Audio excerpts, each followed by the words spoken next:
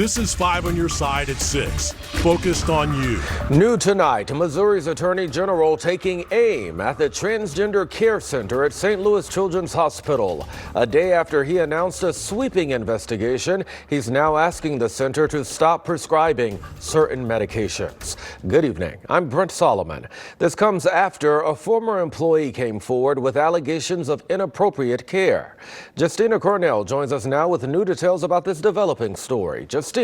Yeah, Brent. So the center opened back in 2017 and it's operated by Washington University as St. Louis Children's Hospital. Today, Attorney General Andrew Bailey wrote a letter to leaders at both Children's and WashU, asking them to stop prescribing puberty blockers and cross-sex hormones to new patients until this investigation is done.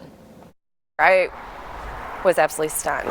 Danielle Meart's child was a patient at Washington University's Transgender Care Center at St. Louis Children's Hospital. She was shocked to learn the whistleblower who came forward was her child's caseworker. Was one of the people that has walked us through the process. In a 23-page affidavit, former employee Jamie Reed claims the center sterilized hundreds of children, causing kids to attempt suicide and perform irreversible gender transition surgeries, and even claimed insurance fraud. To say that kids walk in and just get hormones right away has not been our experience. Meart claims her family's interaction was nowhere near this. Our experience was fantastic, and we had an hour-long conversation with the Gender Center. Jamie Reed sat on that conversation. It was about 9 months before we had a puberty blocker. Just last year, 2 doctors at the Trans Center testified in Jefferson City. They are mostly seeing mental health professionals. We are talking about the ways they can feel more comfortable in their bodies. And when indicated, we talk about gender-affirming hormones. Not every teen needs to begin hormones or have puberty blockers before age 18. Testimony Missouri State Representative Nick Schroer remembers well, but now he questions it all. It's going to make us second guess a lot of what the witnesses are saying, the experts, quote unquote experts that are coming in from this clinic. Schroer says this affidavit is troubling and says uncovering the truth is important. I think the Senate, Missouri Senate, needs to have a committee to investigate it. In a statement, WashU said in part they were alarmed by the allegations reported and they have already begun the process of looking into the situation. Representative Schroer points out this comes as there's a hearing for a trans bill this upcoming week. All right, Justina, keep us posted. Developing now, a piece of debris slams into a man's truck as he was heading to work. It fell from the overpass on I-64 at Hampton. Now he's calling on highway officials to take action. 5 on your side's Travis Cummings is live near where it all happened. Fill us in, Travis. Well, Brent, Bob Paulson was pretty shaken up by this when we talked to him earlier this morning. That was just hours after this happened. Let me guide you kind of through what he had to experience today. He was traveling eastbound along I-64 into St. Louis a little before 5 this morning. That's when he says a gray object fell from above the bridge at Hampton and slammed into his Suzuki pickup. It bounced off the hood of the car. He noticed the big dent in when he made it to work. Now, Paulson says St. Louis police responded. They confirmed there were concrete chunks on the ground and that the bridge appeared to be crumbling. Meanwhile, after we reached out, the Missouri Department of Transportation sent a crew to inspect the bridge, but a spokesperson said they found no evidence of any material from the bridge structure. All day long, I've just been thinking about my wife and kids and what this could have turned into. Like, if I'd been going just a little bit quicker, or, I decided to fall just a second or two later, you never know. I could be in an emergency room right now, or, something worse at that point.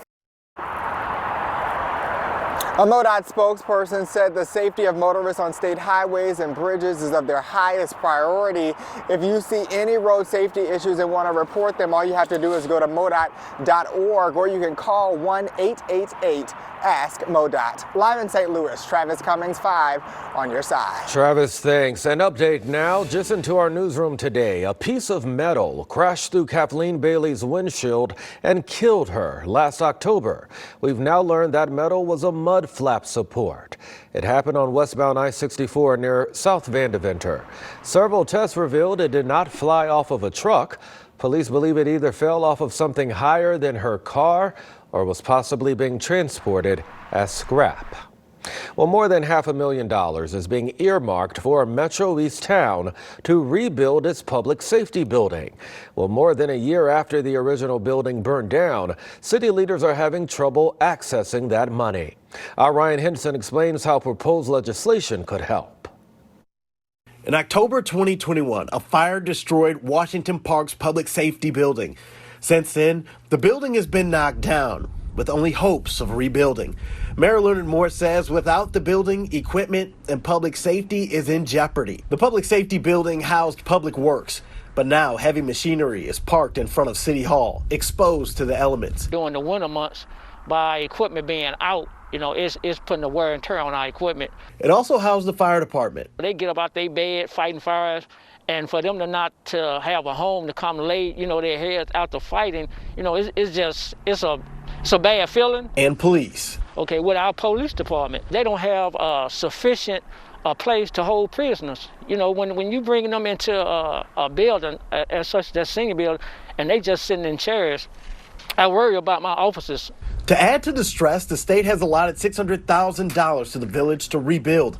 But first, the town needs to pass an audit, an impossible task since the previous administration destroyed necessary financial documents, according to State Rep Kevin Schmidt. At the end of the day, the people suffer because they don't have the services that they need. Next week, Schmidt is filing legislation that will create a panel to review a city's finances on a case-by-case basis, bypassing the need for an audit. Schmidt says this will help several cities in similar situations statewide. Mayor Moore says the help can't come soon enough. Whatever money, that we can get, we need it. Every dime will be used. Ryan Henson, 5 on your side. Once it is filed next week, the bill needs to be approved in the House and then the Senate, and finally by Governor Pritzker. Schmidt says if all goes well, it could become law later this year. East St. Louis could be the latest community to get a new food truck park.